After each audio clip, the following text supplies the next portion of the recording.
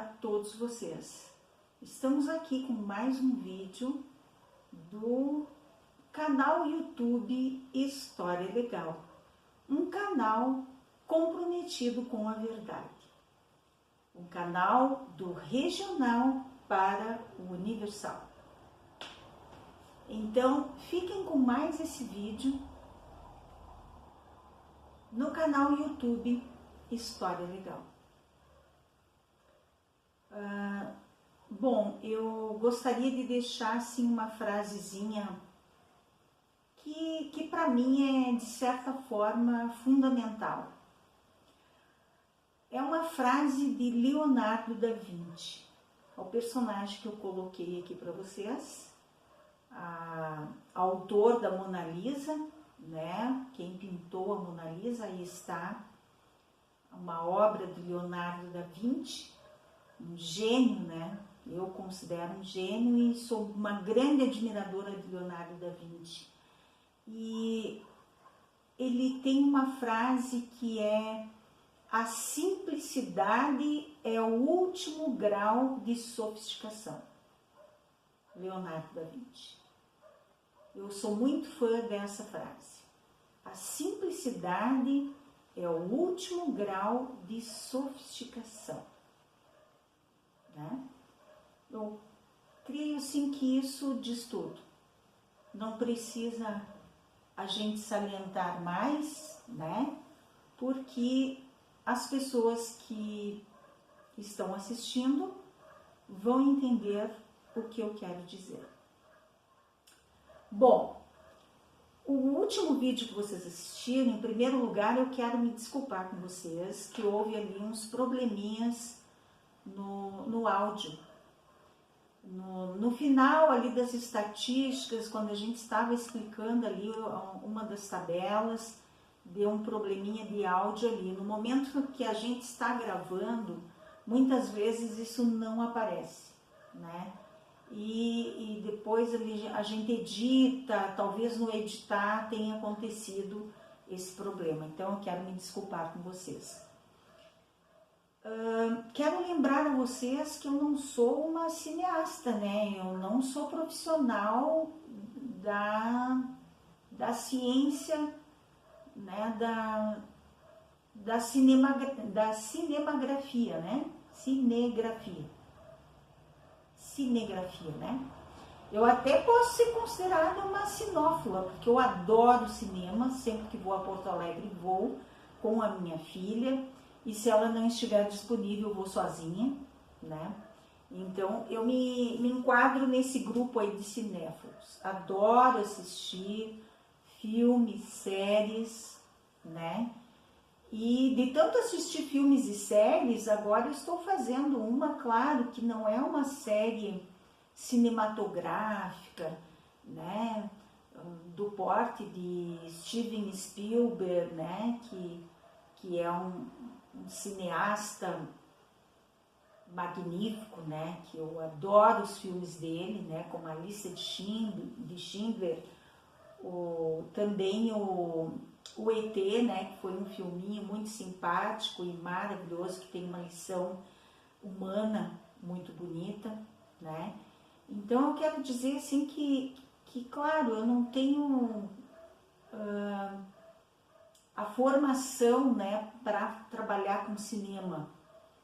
Então esses vídeos aqui não são aqueles vídeos que vocês costumam assistir no cinema ou na TV Globo, né, que é uma rede né, de televisão fantástica, né, e que também tem milhões de capital, né, e por isso ela consegue fazer um trabalho tão maravilhoso, né. Este é um vídeo caseiro, feito com equipamento de uma ex-professora do estado do Rio Grande do Sul. Somos conhecidos por ganhar pouco, né? E, inclusive, essa semana nas redes sociais saíram coisas assim, sempre saem, né? Pérolas diariamente sobre nós professores, né?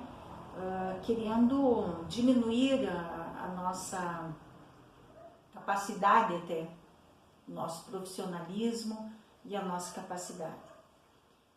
Mas eu penso assim que estamos comprometidos em passar para vocês a verdade e nos esforçamos para isso. Fizemos, como diz o nosso famosíssimo Cortella, né? Fazer o melhor com o que se tem. É o que eu estou fazendo para o canal História Legal. Eu estou fazendo o melhor com aquilo que eu tenho, procurando colaborar ou corroborar com uma discussão em sociedade que eu acredito que todo cidadão, toda cidadã, todos nós, homens, mulheres e outros gêneros, todos os seres humanos deveriam dialogar quanto os modelos econômicos, as políticas públicas, como funciona o nosso município, o nosso estado e o nosso país. Então, na verdade, eu estou aqui cumprindo o meu dever de cidadã, né? Pode não ser assim um programa de televisão da Rede Globo, pode não ser um filme de Steven Spielberg, que são profissionais dessas áreas, mas cumpre com certeza o dever de comunicar o que penso enquanto pessoa, enquanto sobrevivente, 60 anos nesse planeta aqui. Olha, não tem sido fácil sobreviver, né? Nós vamos surfando. Outra coisa que eu queria deixar claro, que ser equilibrado, preferir o equilíbrio do que os extremos, né? Direita, ou melhor, esquerda, direita, alto, baixo, isso são extremos. Você preferir o equilíbrio não significa que você é uma pessoa morna. Não, até porque para você manter o equilíbrio num país onde vivemos, eu costumo dizer que a gente precisa surfar as ondas e muito bem surfadas, né? Na verdade, é um esporte para lá de radical se manter equilibrado no Brasil. Imagina uma professora aposentada se manter as contas em equilíbrio no Brasil, né? Já fui professora universitária, ainda trabalho para uma universidade, mas as nossas atividades não estão sendo remuneradas como deveriam ser. Infelizmente, não estão sendo. Então, não estou até querendo criticar, né? Fico muito agradecida em ter o que tenho e as opções de trabalho que tenho. Fico muito, né? Gratidão a todos. Mas o que eu quero dizer é que se manter no equilíbrio não é nada morno. É surfar. Nós estamos surfando e muito bem, por sinal, e se equilibrando muito bem, né? Procurando preservar sempre os nossos valores, né? Então, é isso que eu queria deixar para vocês. O simples é que satisfaz. E ser equilibrado não significa ser morno, significa que a gente tem competência.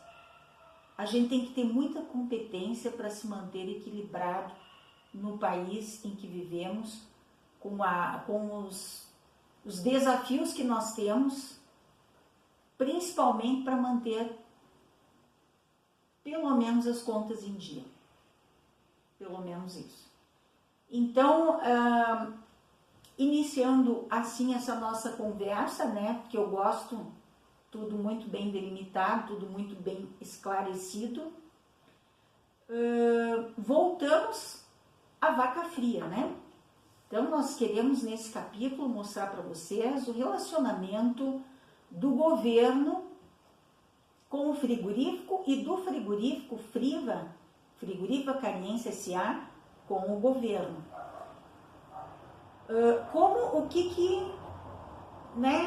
Que relacionamento foi esse? Então, eu quero dizer para vocês que esse é um capítulo muito importante. Esse capítulo da saga do frigorífico Vacariense é um capítulo muito importante. Por quê? Porque quando eu fui pesquisar um frigorífico, eu nem imaginava que existia COBAL. Eu nem imaginava que o Friva tinha um relacionamento com o governo. Eu não imaginava muitas dessas coisas que estão sendo ditas aqui. Eu não imaginava. Isso fez parte da minha pesquisa. Eu ainda não conhecia a existência da CEPAL. Sou franca em dizer, eu não conhecia a existência da CEPAL. Eu já vinha estudando história há alguns anos, né? Porque me formei primeiro na curta, depois na plena, depois fiz especialização, mas eu vinha saber da CEPAL, Comissão Econômica para a América Latina e Caribe, somente no mestrado. Então veja que interessante, a história eu costumo dizer para os alunos, né, até estou com muitas saudades de dar aula, eu costumava dizer para eles que a escola que a história é um mar, é um oceano. Imagina aí o Oceano Atlântico. Quem está na praia aí, imagina o Oceano Atlântico. A história é um Oceano Atlântico, é um oceano. Nós não vamos saber tudo sobre história nunca. Há muita história para contar. E às vezes você conta uma história com todos os indícios que você tem, você vai a fundo, como foi o meu caso nessa história, e quando você, mesmo tendo mergulhado fundo nesse oceano aqui, digamos assim que foi num pedacinho do oceano ali, né? Bem minúsculo, mas enfim, você se aprofundou nesse assunto aqui do frigorífico vacariense. Se alguém encontrar um outro indício, ou assistir, ao ler o livro, ou assistir a saga, tem um outro indício, essa pessoa pode levantar a lebre, ela pode dizer, não, a história não foi bem assim. Tem mais isso aqui que aconteceu que tu não está sabendo. É possível porque vocês imaginem mais de 2.000 caixas de arquivos dessa empresa. Não é pouca coisa para você pesquisar, é uma agulha num palheiro, né? Essa pessoa vai me apresentar uma agulha num palheiro. Então, história é isso, você vai ter que revisar a história constantemente. Mas eu tenho para mim que mais de 90% dessa história aqui aconteceu assim, mais de 90%. Não tem como modificar esse diálogo na CEPAL, assim, para fomentar a industrialização na América Latina, realmente existiu. Os personagens estão lá, estão ditos em diversos livros de Celso Furtado. As relações exteriores estão lá. Amado Luiz Servo, né? Tem esse autor que nós não trouxemos aí, porque a gente pesquisou, a gente leu muitos textos, mas pense que mestrado não é barato fazer um mestrado, mais uma universidade particular. Nem a gente não tinha dinheiro para comprar todos os livros, né? Então muitos textos foram lidos em xerox, não vou mentir para vocês, muitos livros nós tivemos que fazer xerox na época. Como estudantes de mestrado, né, professor estadual, estudante de mestrado, né? Então é bem difícil a situação, né? Você tem que economizar para ter um lanchinho, ficar no hotel mais barato, próximo já à rodoviária para pegar o ônibus e ir embora assim que terminar as aulas. Não é uma festa, ela é uma festa no sentido assim, tô fazendo uma coisa diferente, tô estudando, conhecendo pessoas, nesse sentido sim. Agora sim, ó, quando a gente faz um estudo desses, normalmente, né, algumas pessoas são abastadas, mas a maioria não. A maioria são corajosos, né, que vão lá e, né, dão sua alma aí, né, para conseguir fazer um trabalho desse sem ser patrocinado por ninguém, né, trabalhando. Então a gente sempre trabalhou, né, e foi bancando os estudos e foi bancando cada etapa da pesquisa, né, então é bem difícil. Mas eu não quero me alongar muito, então o que eu quero é mostrar para vocês aqui, né, que quando eu me deparei com a documentação da Cobal no frigorífico, e eu ainda estava na Universidade Unicinos fazendo cadeiras como aluna visitante, né, ou ouvinte, como uns dizem ouvinte, outras dizem visitante, enfim, não importa. A professora Heloísa Joachim Schreitel me alertou. Eu disse, encontrei a documentação assim, Companhia Brasileira de Alimentos. Aí ela me alertou, ela disse, vai fundo nessa documentação. Essa documentação vai te trazer um insight muito grande na pesquisa. E foi o que aconteceu, né? Quando eu comecei a pesquisar sobre a Cobal, o que era esse organismo social, político do governo militar, que aí entendi que era a Companhia Brasileira de Alimentos, que fazia o estoque regulador, que havia um relacionamento com os frigoríficos, uma intervenção estatal muito grande com os frigoríficos. Isso foi o grande insight dessa pesquisa, o grande insight, porque num primeiro momento o que nós queríamos saber é como esse frigorífico veio parar, onde veio parar. Nos campos de cima da serra, um lugar considerado ermo, um lugar considerado esquecido, longínquo, afastado de tudo e de todos, porém, nem tanto assim. Cá estamos nós com o canal YouTube História Legal, podendo falar para quem quiser abrir esse vídeo em qualquer parte do mundo, qualquer parte do planeta, né? Porque o planeta é a nossa casa, né? Então, Vacaria, eu costumo dizer, Vacaria não está descolada do mundo. Rio Grande do Sul não está descolado do mundo. O Brasil não está descolado do mundo, né? A América, ela existe, ela está no planeta, né? O Rio Grande do Sul existe, tá? Aqui embaixo, ó. Aqui embaixo está. E a Europa, aqui em cima, é distante, mas não está descolado do mundo. Atualmente nós estamos numa situação de globalização, num cenário de globalização, onde tudo está interligado por cabos de fibra óptica por baixo do mar e por satélites da Starlink acima do espaço aéreo. Então nós estamos todos interligados. Nós não estamos descolados, estamos todos interligados. Então, quero dizer para vocês, apresentar para vocês esse livro, A Ditadura Derrotada, de Hélio Gaspari, que foi um dos livros que também corroborou com as falas do senhor Armito Pereira dos Santos. O senhor Armito Pereira dos Santos é o entrevistado principal dessa pesquisa, porque ele era o maior acionista do Friva, era presidente do Sindicato da Carne na época e fazia o seu relacionamento com o governo em Brasília, com o ministro da Fazenda, Delfim Neto.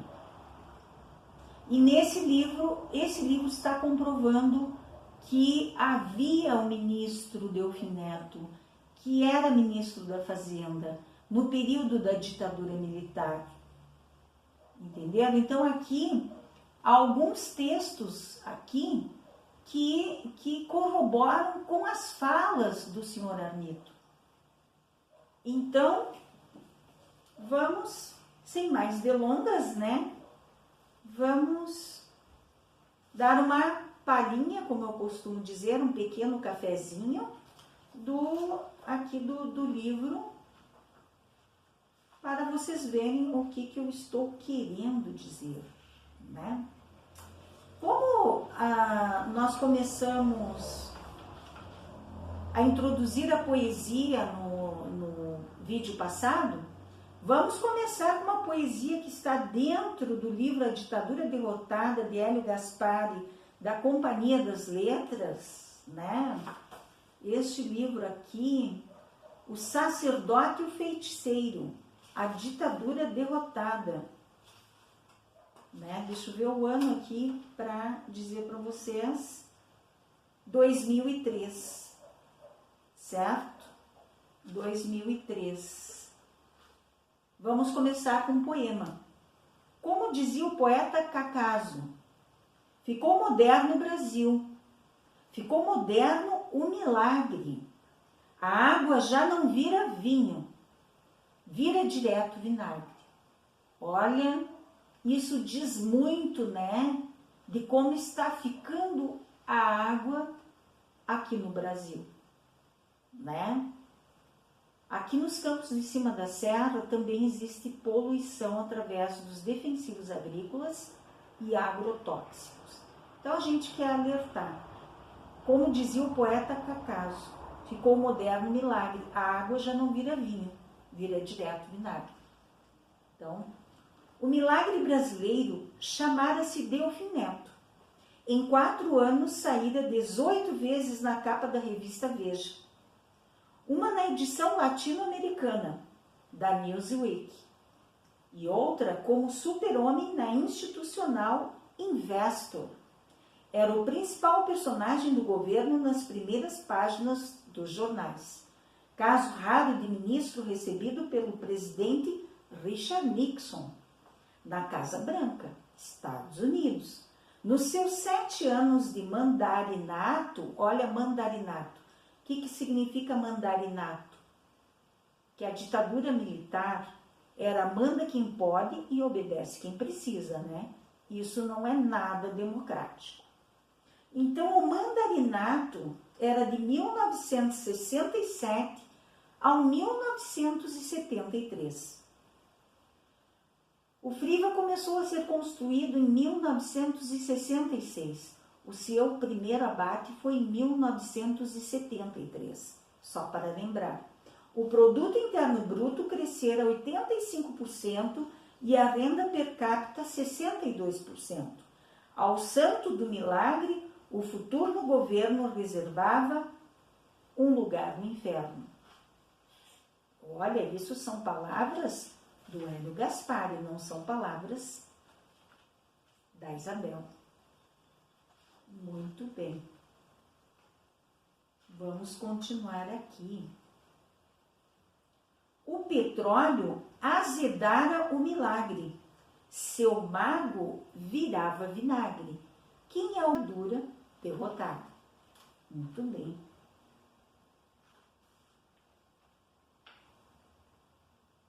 Do alto da alegoria, proclamava a inexorabilidade do milagre. Diante do primeiro pulo do preço do petróleo, assegurava: se o progresso brasileiro se estagnasse por 3 anos, ainda assim pagaríamos nossa dívida externa calmamente. Tornara-se uma usina de sucessos. Previa um crescimento de 10% para 1973 e no início do ano pela primeira e única vez no após-guerra. O cruzeiro valorizava-se em relação ao dólar. De Milão, a Fiat informava que instalaria uma fábrica de automóveis em Minas Gerais. Hermann Abs, ex-presidente de Deutsche Bank, sugerira que a Alemanha precisava de um Delfim. Milton Friedman, quem é Milton Friedman? É aquele que estudou os preceitos, de Adam Smith sobre o capitalismo sobre o liberalismo econômico e trouxe de volta o liberalismo econômico na forma neoliberalismo econômico. Então, Milton Friedman é o autor do neoliberalismo. Muito bem, ele escrevia que as taxas de crescimento justificavam a expressão milagre brasileiro. Médici chegara a duvidar que Geisel o substituísse. E agora, quem é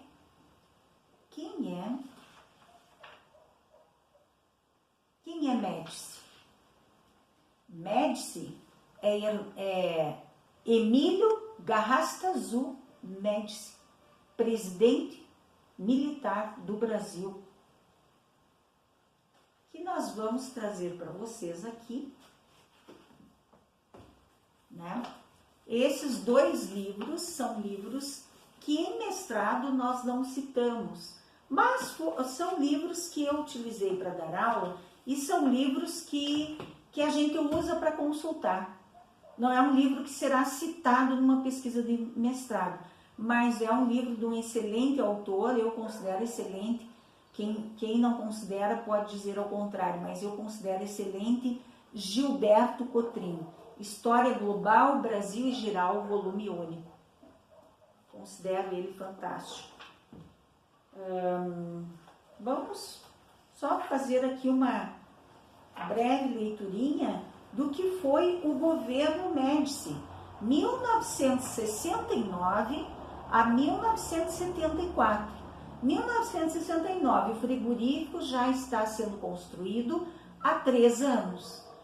1974, quando termina o governo de Médici, o frigorífico já está batendo, é o 2º ano que o frigorífico está batendo.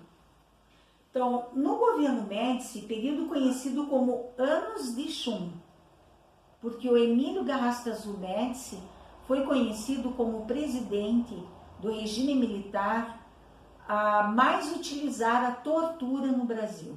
Tem pessoas que querem negar que existiu tortura no Brasil, mas existem inúmeros arquivos que já estão abertos para consulta de quem quiser consultar.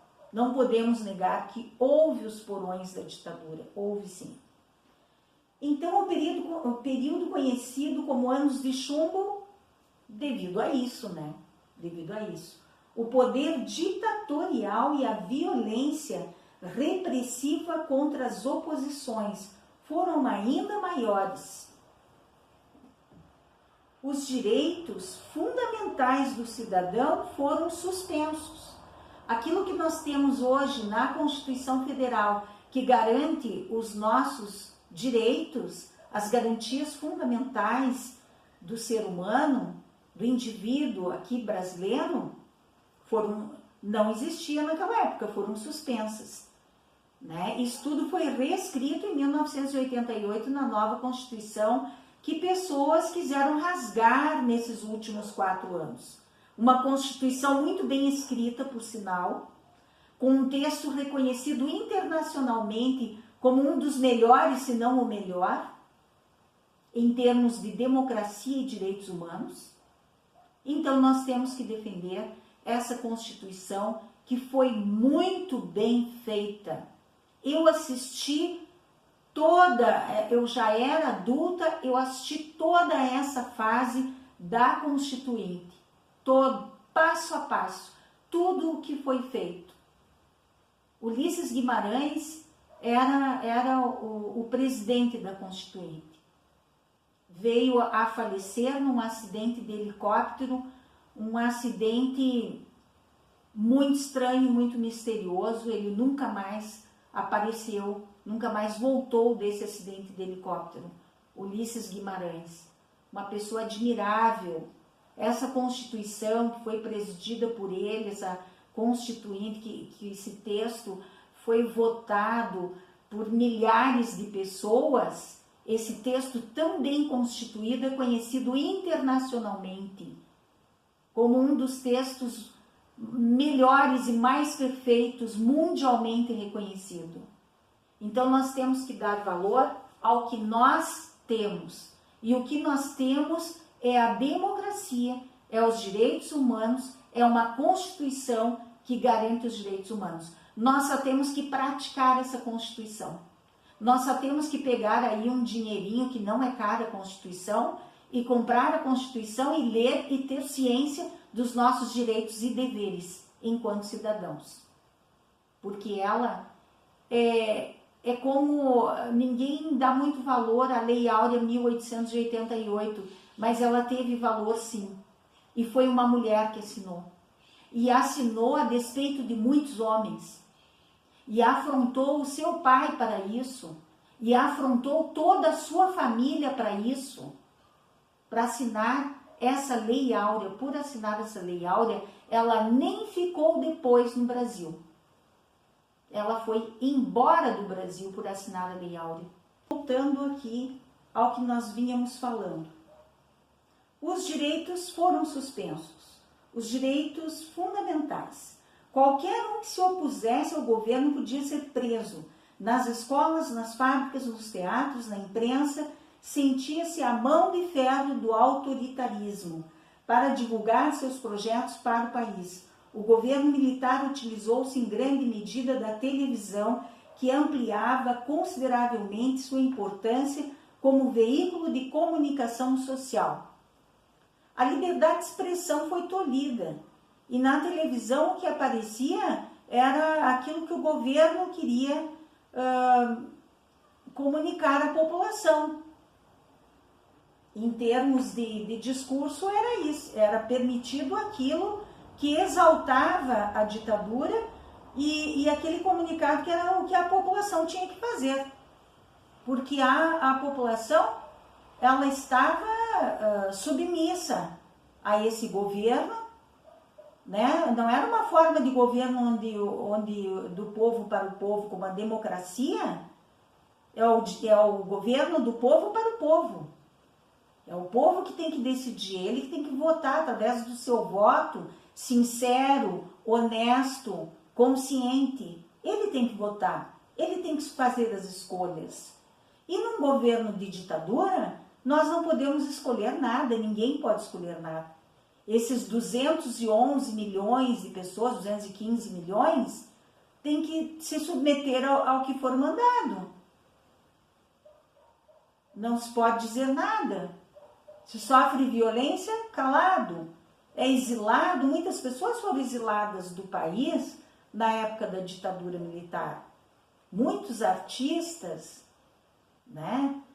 Muitos políticos, muitos artistas, muitas pessoas, professores universitários, muitos foram exilados, muitas pessoas sumiram, muitas pessoas foram torturadas e simplesmente sumiram. Muitas mães e pais nunca mais viram seus filhos. Isso é muito sério. E é isso que o governo passado queria reduzir a importância em termos de tolimento que teve a ditadura militar, em termos de crimes contra a humanidade. Quis diminuir os crimes contra a humanidade que teve na ditadura militar, e ela existiu. Existiu sim. Muito bem. Para divulgar seus projetos para o país, o governo militar utilizou-se em grande medida da televisão, que ampliava consideravelmente sua importância como veículo de comunicação social. As facilidades de crédito pessoal permitiram a expansão do número de residências que possuíam televisão. Em 1960, apenas 9,5% das residências urbanas tinham televisão. Em 1970, a porcentagem chegava a 40%. Essa época beneficiada pelo apoio do governo, de quem se transformou em porta-voz. A TV Globo expandiu-se até se tornar rede nacional e alcançar praticamente o controle do setor. A propaganda governamental passou a ter um canal de expressão como nunca existira na história do país. São as palavras de Boris Fausto. História do Brasil, Opsit, página 484. Agora sim, ó, sempre podemos mudar o posicionamento, né? Então, isso é o que aconteceu naquela época. Governo Geisel, 1974 a 1979. O sucessor de Médici foi o general Ernesto Geisel, indicado pelo Alto Comando Militar e aprovado pela Arena. Geisel, que governou de 1974 ao 1979. Integrava um grupo de oficiais militares favoráveis à devolução gradual do poder aos civis. O novo presidente dizia-se disposto a promover um processo gradual, lento e seguro de abertura democrática. Então, com Ernesto Geisel, vai começar a ação democratizante, diminuindo a severa ação da censura sobre os meios de comunicação. Depois garantiu a realização em 74 de eleições livres para senador, deputado e vereador.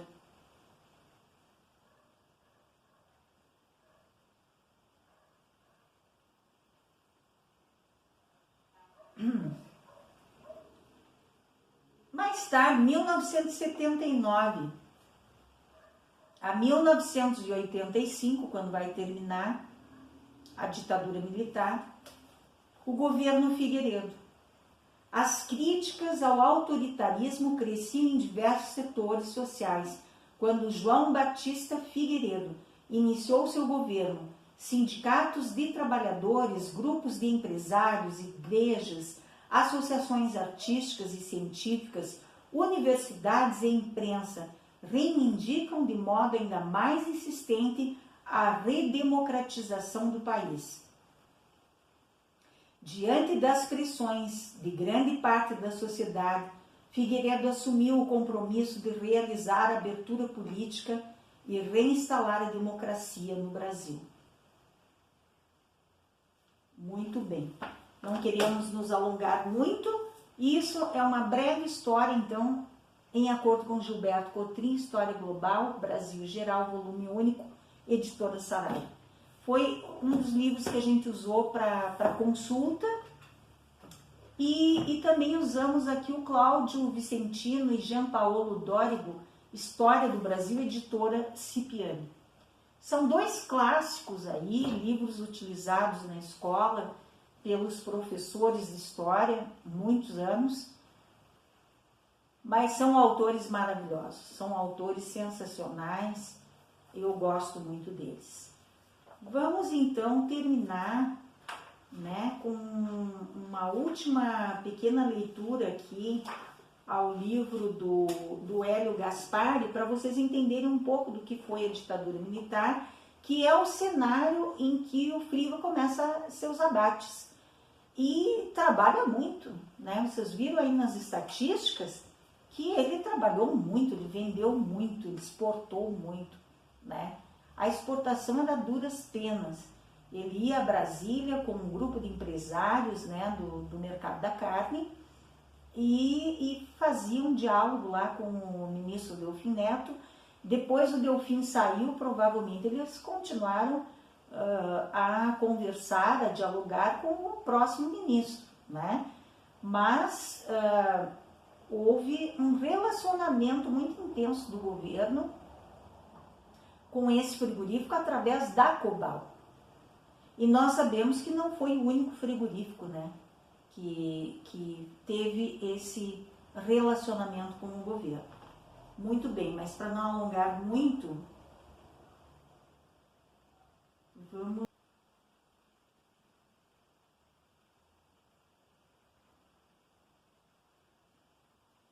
vamos ler aqui um pedacinho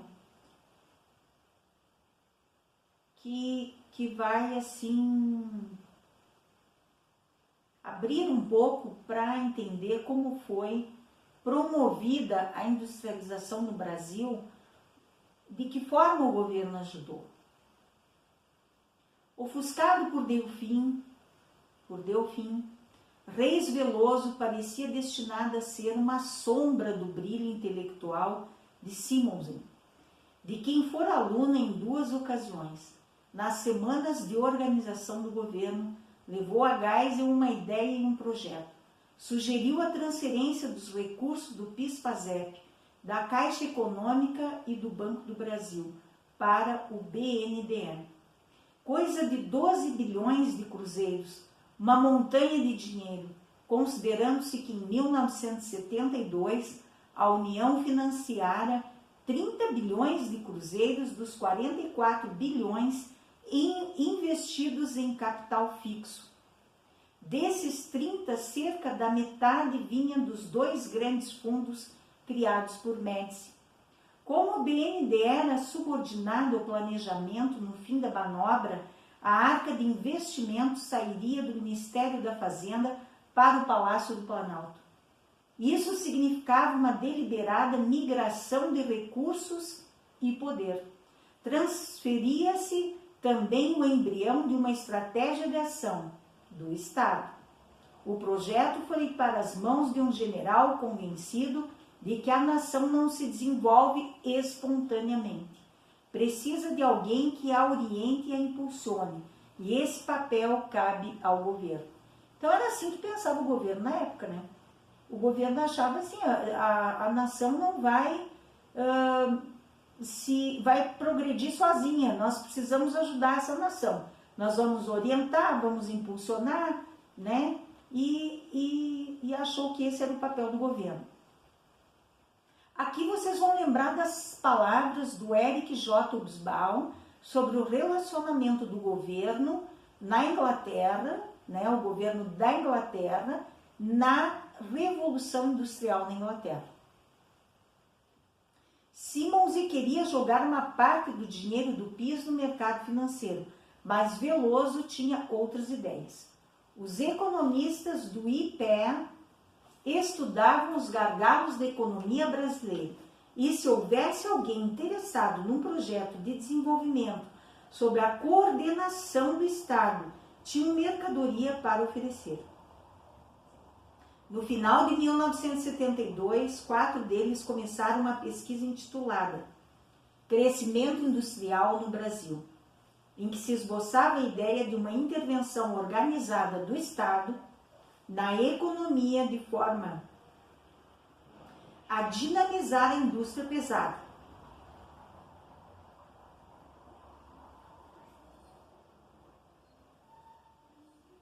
E os setores siderúrgicos, petroquímico e de construção naval. Um ano depois, um jovem economista do BNDE preparou uma projeção do futuro da produção nacional.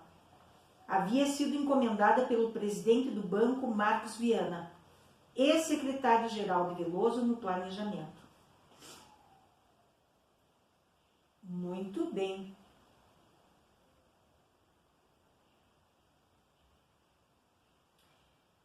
Olha, a vontade é continuar lendo, né?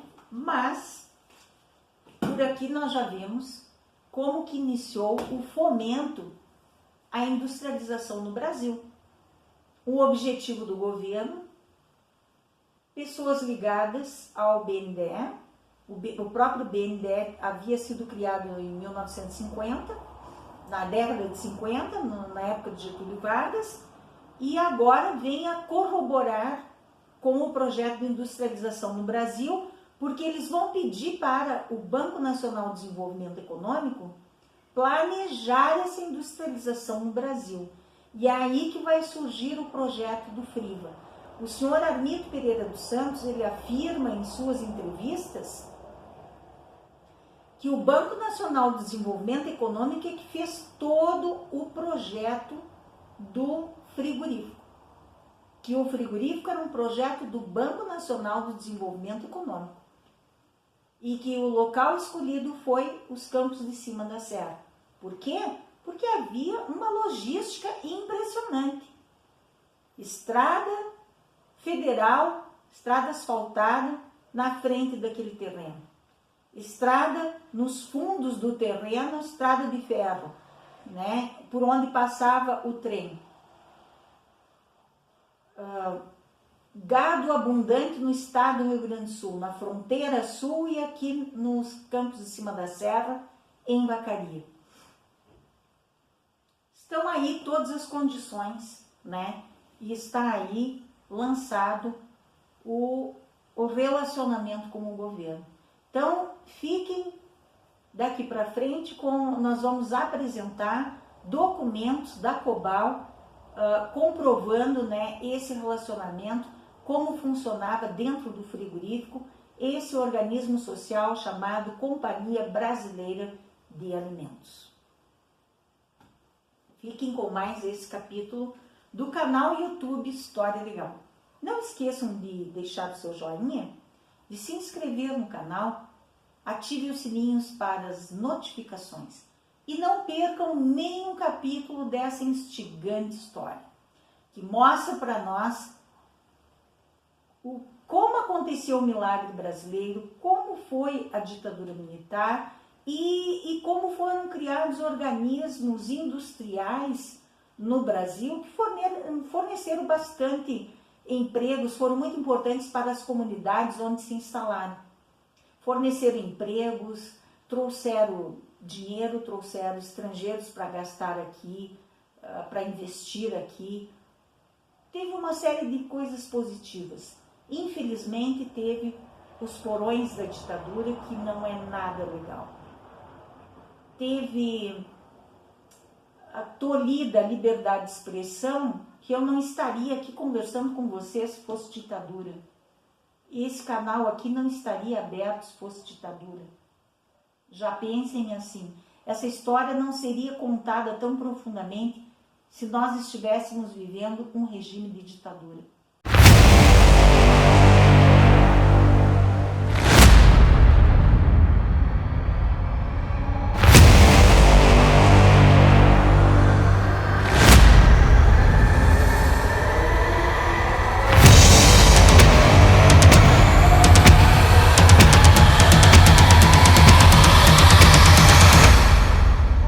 O relacionamento do Friva com o governo. A Cobal e o estoque regulador da carne no Brasil. O período a que se refere o estudo está delimitado entre 1964 a 1985, caracterizado pela intervenção estatal. 1985 a 1997, caracterizado pela globalização, desintervenção estatal.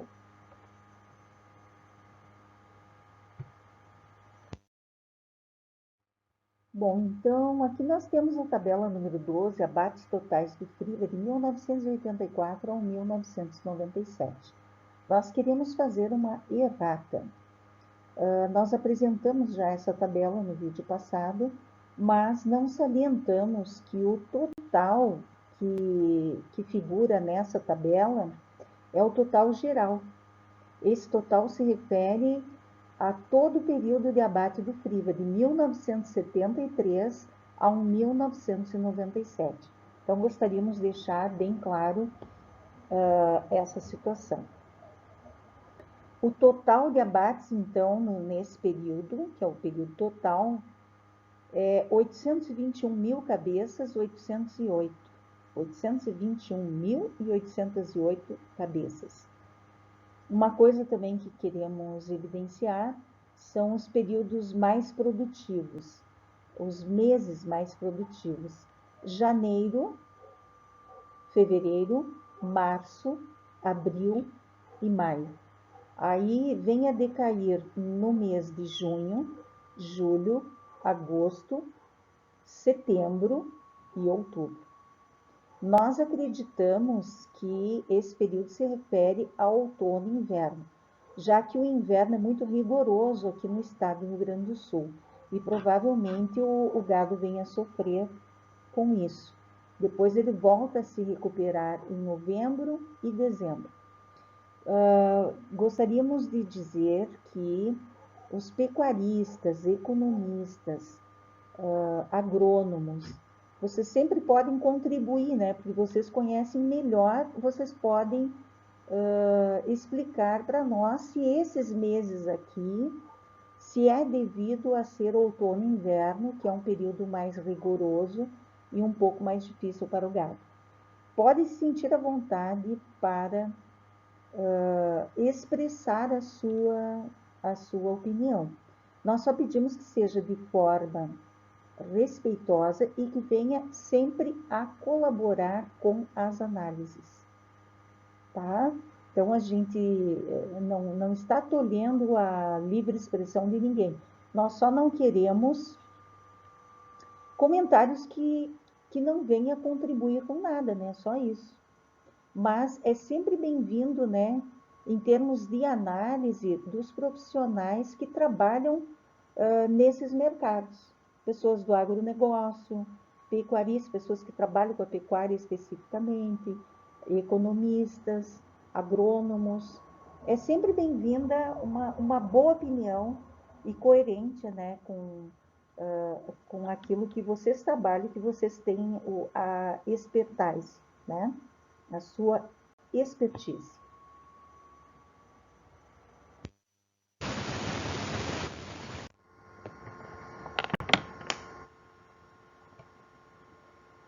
Aqui temos o certificado do Ministério da Agricultura, compradora e fornecedora, respectivamente. São documentos que constavam do acervo FRIVA. Eles representam aí o certificado do comprador, né, da Companhia Brasileira de Alimentos, COBAL. Ela certificava que a firma Frigorífico Vacariense S.A. Indústria e Comércio, que concebe a Rua Estrada Federal, BR-116, quilômetro 240, cidade Vacaria, Estado do Rio Grande do Sul, está inscrita como compradora, tendo preenchido os requisitos exigidos e por esse certificado fica mesmo habilitada a tomar parte em qualquer licitação promovida por esta empresa pública federal até 19 de junho de 1976, Porto Alegre, 19 de junho de 1975. Assinou o gerente da sucursal e o cadastro, que era Neuza Terezinha P. Silva, auxiliar administrativo. Embaixo nós temos, então, o documento da Companhia Brasileira de Alimentos, COBAL, do Ministério da Agricultura, sucursal do Estado do Rio Grande do Sul, registro cadastral de fornecedor, certificado de habilitação 131/75. A Companhia Brasileira de Alimentos certifica que a firma Frigorífica Vacariense S.A. Indústria e Comércio, com sede à Rua Estrada Federal, BR-116, km 240, cidade Vacaria, Estado do Rio Grande do Sul, está inscrita como fornecedora, tendo preenchido os requisitos exigidos e por esse certificado fica mesmo habilitada a tomar parte em qualquer licitação promovida por essa empresa pública federal até 21 de maio de 1976, Porto Alegre, 21 de maio de 1975. Gerente da sucursal e o cadastro Neuza Terezinha P. Silva, auxiliar administrativo. Muito bem. Todos aí são da primeira via, né? Um documento original da época, né, de 1975, comprovando o relacionamento do frigorífico vacariense com a Companhia Brasileira de Alimentos, COBAL, que era uma instituição criada pelo Ministério da Agricultura no governo de ditadura militar. Então, aí o certificado de comprador é número 007/75 e o de fornecedor é número 131/75. Isso também comprova que haviam outros frigoríficos, né, que eram cadastrados na Companhia Brasileira de Alimentos. Então, não era o único frigorífico, nem poderia ser. Muito bem. Então, o principal cliente, as políticas públicas da época, esse é um dos subcapítulos do livro Frigorífico Vacariense nos Campos de Cima da Serra e o Milagre Brasileiro, 1964-1997. No cenário político-econômico nacional da época, o que se pautava pela intervenção estatal, já descrito nos primeiros e segundo capítulos deste texto, criaram-se leis e instituições como a Lei Delegada número 4, de 26 de setembro de 1962, que dispunha sobre a intervenção no domínio econômico para assegurar a livre distribuição de produtos necessários ao consumo do povo, modificado em alguns itens pelo Decreto-Lei nº 422, de 20 de janeiro de 1969, a Lei Delegada número 7, de 26 de setembro de 1962, que autorizava a Superintendência Nacional de Abastecimento a constituir a Companhia Brasileira de Armazenamento. Ainda no conjunto de leis dessa data, encontra-se a constituição da Companhia Brasileira de Alimentos e da Companhia de Financiamento da Produção, ambas empresas públicas que atuavam em áreas distintas e complementares, como abastecimento, fomento, a produção agrícola e armazenagem. Sabemos que o governo se utilizou dessa estrutura para executar uma estratégia intervencionista na economia brasileira, a qual vinha enfrentando uma elevação nos níveis de inflação e quedas sucessivas na taxa de crescimento do PIB, no contexto da distribuição de carne, no qual nosso objeto de estudo se encontra inserido, graças ao incentivo do próprio governo. Como afirmamos, ditavam-se regras com o objetivo de sistematizar a distribuição de carne bovina dos estoques reguladores, uniformizando os procedimentos das cooperativas frigoríficos e distribuidores envolvidos nessa operação. Podemos citar algumas dessas regras observando as normas gerais de estoques reguladores de 1975.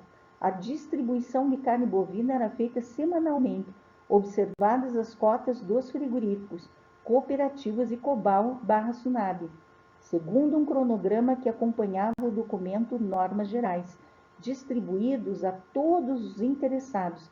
Às quartas-feiras, as instituições envolvidas na operação estoques reguladores entregavam na sede da sucursal regional, grupo de operações especiais, os pedidos de compra, de acordo com o modelo fornecido pelo sistema destinado à liberação da carne bovina, para atender ao consumo da semana seguinte. A COBAL emitia a nota fiscal e duplicata do valor correspondente ao pedido de compra, fazendo a distribuição na sede da sucursal às quintas-feiras aos frigoríficos e à FECOCARNE. Muito bem, isso está com base nas normas gerais, documento expedido por Epaminondas Pimentel Filho, gerente regional Sucre/Sul, 1975, que consta do acervo do FRIVA.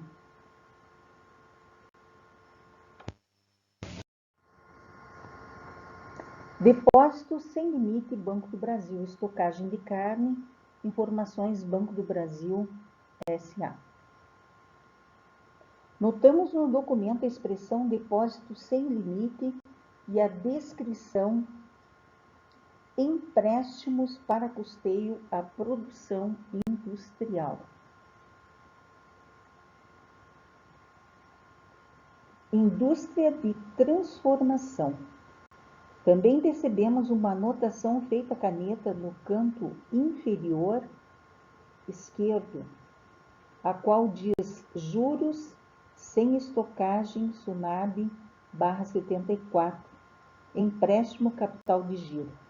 Disso deduzimos que se tratava de uma operação para geração de capital de giro para a empresa ligada à operação de estoques reguladores, o que podemos concluir pela data de 15 de janeiro de 1975 e pela expressão SUNAB, organismo responsável pelo programa de estocagem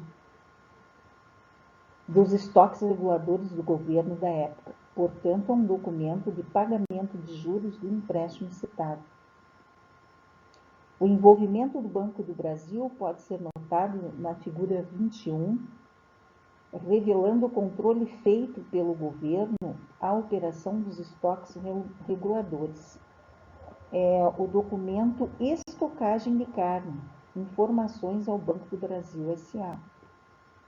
Além dessa documentação, localizamos na empresa o contrato de aquisição de carne bovina que faziam a Companhia Brasileira de Alimentos e as empresas vinculadas ao Programa de Distribuição de Carne do Governo, de acordo com o contrato número 00600, de 18 de maio de 1976, e observada a Lei Delegada número 6, de 2 de setembro de 1962, anteriormente citada, a qual criou a COBAL. Então, aí temos os carimbos da COBAL, né? Em seguida mostraremos também o contrato da COBAL, né? Então, esses carimbos eram utilizados, né, para identificar todas essas operações. Né?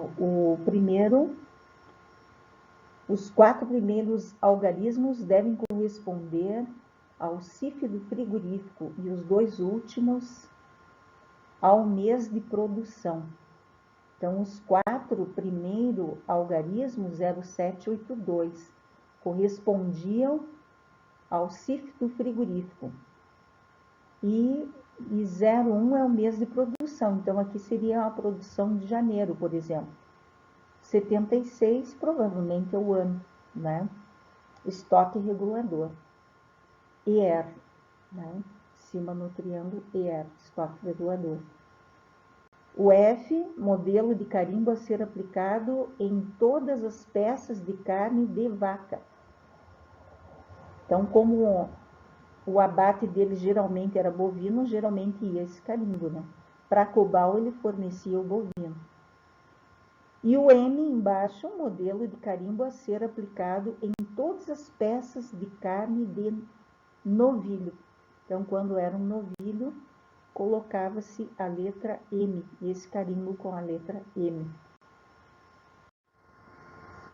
Bom, então aqui nós temos o contrato de número 600 da COBAL, pertencente ao acervo do FRIVA, Companhia Brasileira de Alimentos COBAL, contrato de aquisição de carne bovina com osso congelada, que fazem de um lado a Companhia Brasileira de Alimentos COBAL, empresa pública federal, criada pela Lei Delegada número 6, de 26 de setembro de 1962, com sede e fórum no Distrito Federal, a seguir denominada simplesmente COBAL, neste ato representada por seus diretores presidente e comercial, respectivamente, senhores Mário Ramos Vilela e Hélio Machado, e de outro lado, Frigorífico Vacariense S.A., FRIVA, de hora em diante denominado fornecedor com sede em Vacaria, Rio Grande do Sul. Muito bem, então esse é um dos contratos, né? Ali na cláusula primeira, tem ali a COBAL contrata com o fornecedor a aquisição de 1.200 toneladas de carne congelada de novilho do tipo industrial, no corte conhecido como especial, ou serrote, correspondendo a aproximadamente 670 toneladas de traseiros, com cerca de 13.953 peças, e 530 toneladas de dianteiros, com cerca de 13.953 peças, com pesos mínimos aproximados de 48 e 38 quilos, respectivamente. O corte para obtenção dos quartos será efetuado ao nível de quinta costela no caso do dianteiro, permanecendo o traseiro com 8 costelas, sem sebo de rim e captura e sem a chamada ponta de agulha, admitindo-se a largura da costela, e aí vai seguir, né, o contrato, só para você ter uma ideia das exigências da COBAL, né? Então, ali como ele está adquirindo novilho, então essas peças de carne iam ter que ter o carimbo com a letra M, né? Aquele carimbo redondo com a letra M. Mediante esse contrato, a Companhia Brasileira de Alimentos adquiria carne congelada de novilho tipo industrial, no corte conhecido como especial ou serrote, desde que fossem rigorosamente obedecidas as cláusulas e condições constantes do contrato, que eram as mesmas ditadas pelo documento, condições higiênico-sanitárias e tecnológicas vinculadas ao financiamento, além de outras. Dentre essas, no parágrafo 2º da cláusula 1ª, havia exigência de apor em todas as peças de carne vendidas a Cobal carimbos de acordo com os modelos fornecidos pela instituição. No carimbo em formato de triângulo, os 4 primeiros algarismos correspondiam ao S e F do frigorífico, e os 2 últimos ao mês de produção. Por sua vez, o carimbo com a letra F deveria ser aposto em todas as peças de carne de vaca, e o carimbo com a letra M em todas as peças de carne de novilho. Assim, todas as peças de carne do estoque regulador do governo eram identificadas, evitando-se possíveis desvios, o que acarretaria muito trabalho, uma vez que teriam de ser desembaladas uma a uma e descaracterizadas. Uma outra exigência do contrato, na mesma cláusula, era que todas as peças deveriam ser embaladas em estoniquetes de primeira qualidade e malha fechada, com aproximadamente 12 metros por quilo e 40 centímetros de largura. Então, aí havia toda uma exigência, né? Não era bem assim ser cliente da Cobal.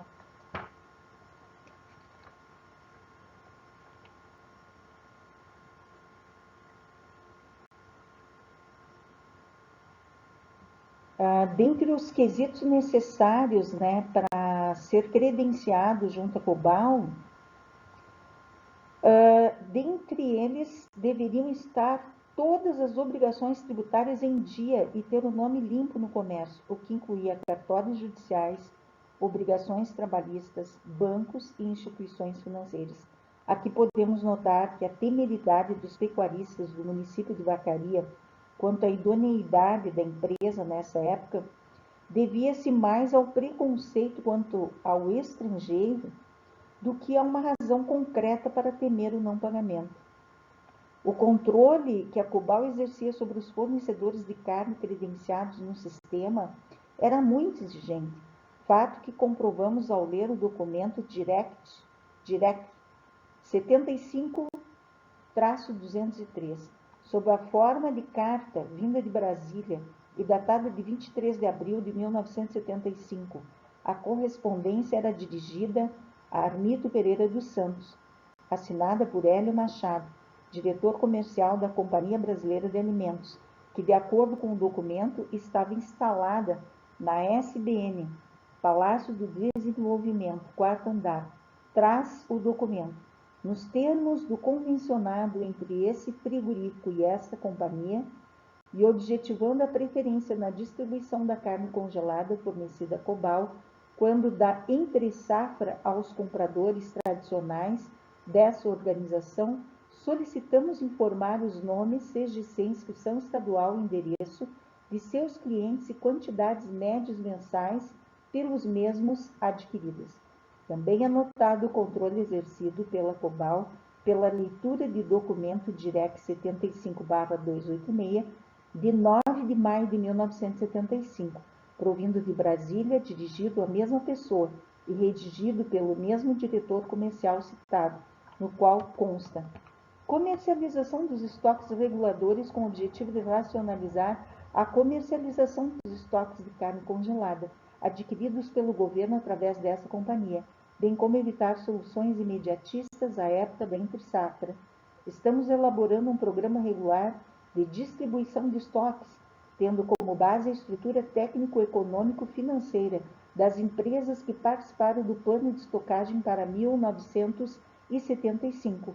Assim, para concluirmos a primeira fase da programação MISTER, se faz que tenhamos elementos cadastrais atualizados, para podermos avaliar em tempo a capacidade de distribuição dessa empresa.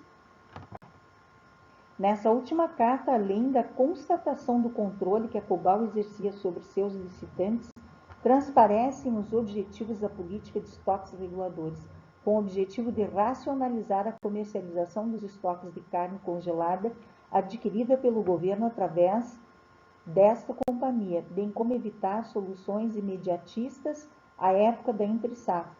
Estamos elaborando um programa regular de distribuição de estoques, tendo como base a estrutura técnico-econômica e financeira das empresas que participaram do Plano de Estocagem de 1975. Portanto, fica claro o objetivo do governo de racionalizar os estoques de carne congelada para regular o mercado no período de entre-safra, utilizando a estrutura citada anteriormente. Então, aí caracteriza o relacionamento, o amplo relacionamento do governo com o frigorífico vacariense.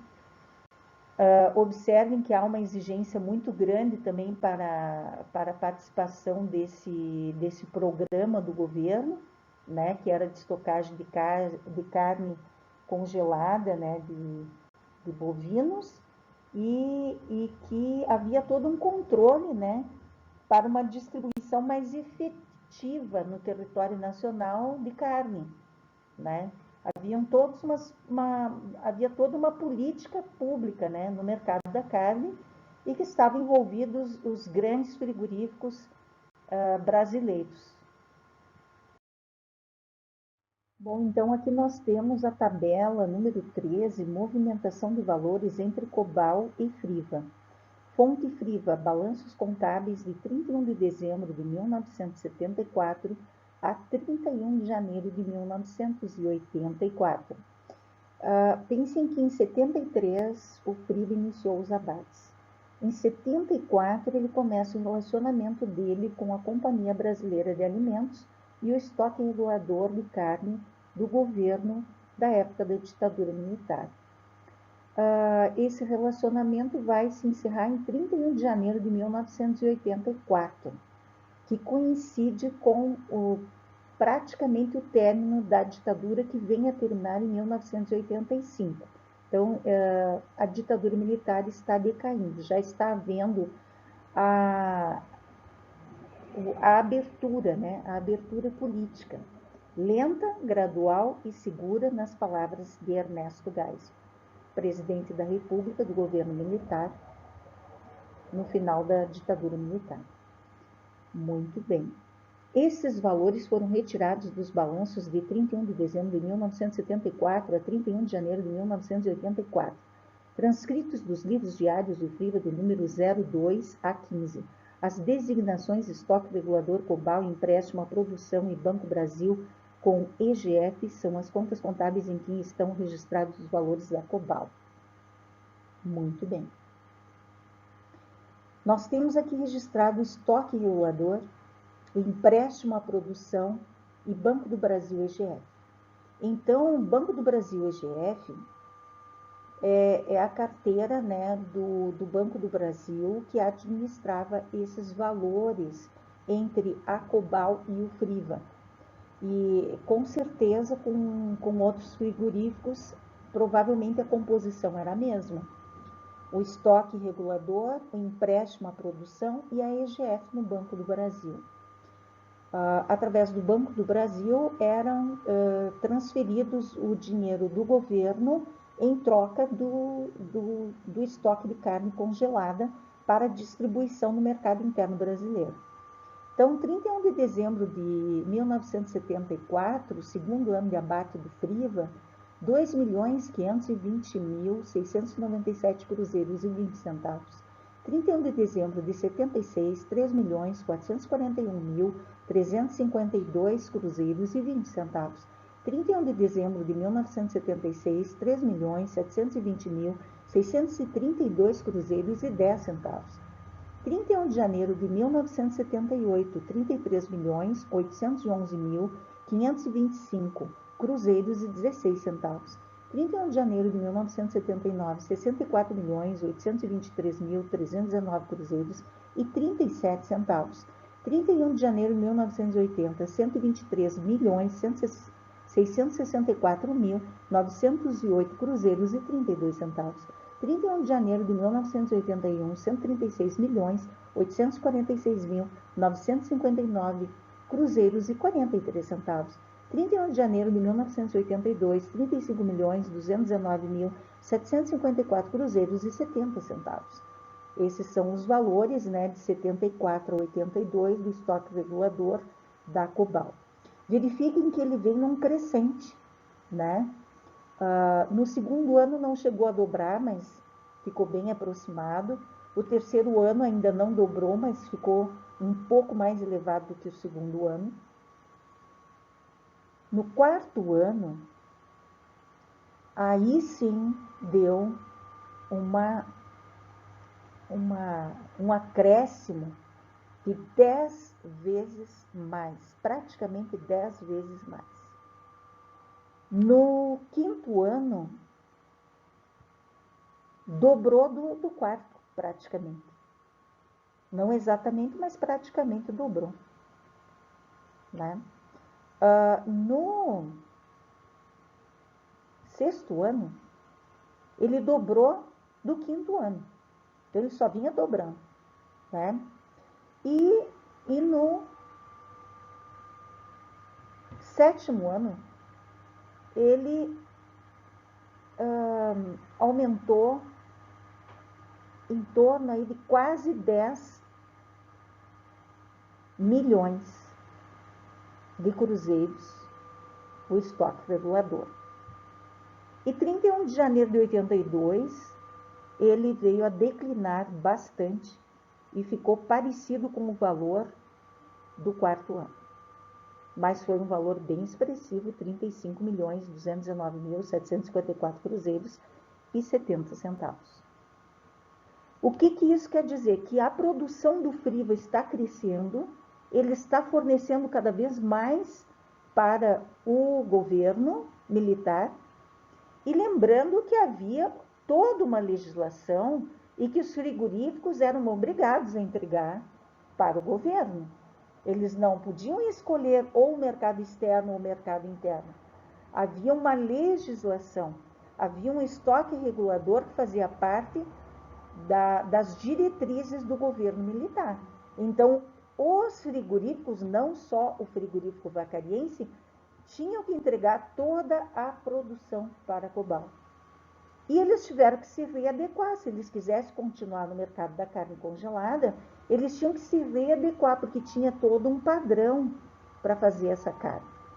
Com toda a higiene, com todo o cuidado, para que não deteriorasse a carne, né? Que é um alimento perecível, né? E bem complicado para conservar. Somente congelado e tem validade também, né? Muito bem, os empréstimos à produção eram de acordo com o estoque regulador. Provavelmente o governo observava se eles tinham direito, né, a esses valores aqui adiantados para a produção. Então, assim, ele vem primeiro produzindo, primeiro, segundo, terceiro ano, né, porque ali... Não, é primeiro, segundo, terceiro ano, quarto ano, não teve empréstimo algum à produção.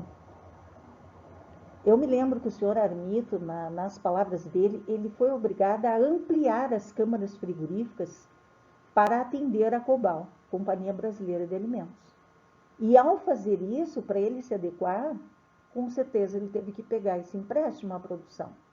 E esse empréstimo à produção, vocês verifiquem que é o mesmo valor do estoque regulador que o FRIVA forneceu para o governo.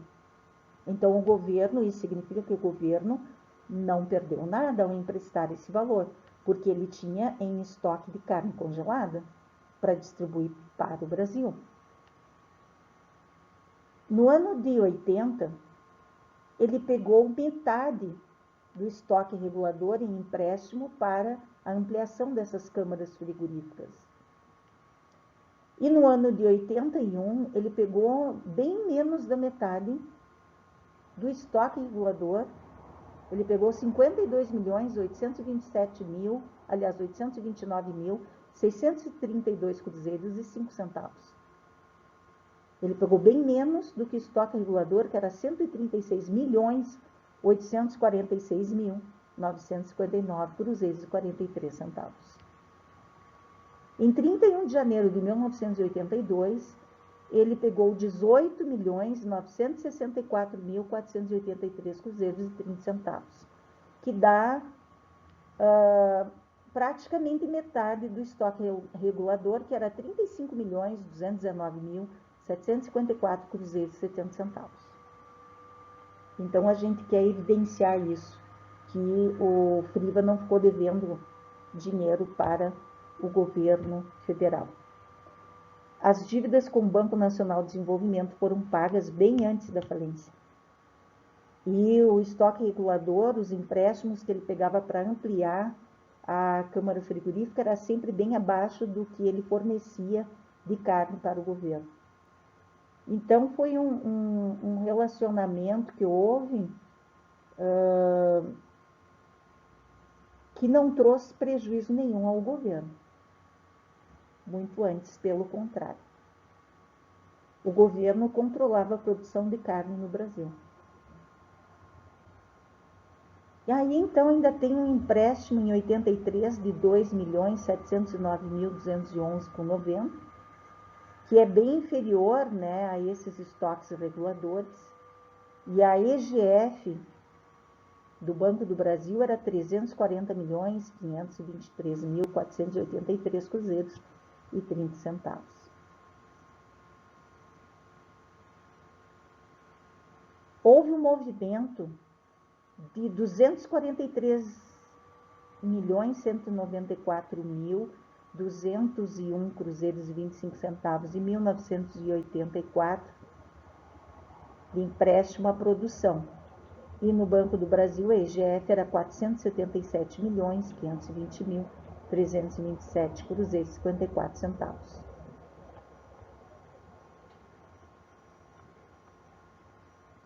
Então, aí nós podemos evidenciar que havia realmente esse relacionamento do frigorífico vacariense com o governo e também, com certeza, com os outros frigoríficos de grande porte do estado do Rio Grande do Sul.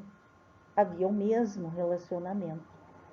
Então, havia um controle de estoque da carne no período militar e os frigoríficos tinham a obrigação de entregar a carne congelada para o governo.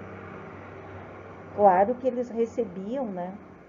Tinham que receber, eles produziram, administraram todo o pessoal, todos os trabalhadores, mantiveram todas as instalações, não podia ser qualquer instalação, havia inspeção federal que fazia a inspeção da carne, havia inspeção estadual, né? O seu Simval Bartolomeu é um dos entrevistados, era o inspetor estadual.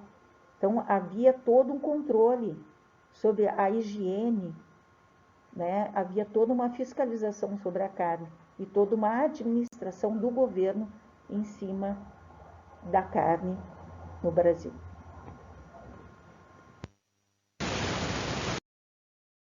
Bibliografia. Almeida Isabel Carneiro D. O Frigorífico nos Campos de Cima da Serra e o Milagre Brasileiro, 1964 e 1997. Méritos, 2010. Imagens, acervo do Friva, folder de marketing. Tabelas com base nos livros diários de contabilidade do Friva, acervo do Friva. Canal YouTube História Legal, do Regional para o Universal. Um canal comprometido com a verdade. Então, meu muito obrigada a todos vocês. Aqui estão meus contatos para aquisição do livro físico. WhatsApp 51 996 89 90 85. E-mail historialegal2022@gmail.com. Curtam e inscrevam-se no canal. Ativem o sininho para as notificações. E não percam o próximo capítulo da saga do frigorífico vacariense. Meu muito obrigada a todos vocês. Canal YouTube História Legal, o canal comprometido com a verdade, do regional para o universal.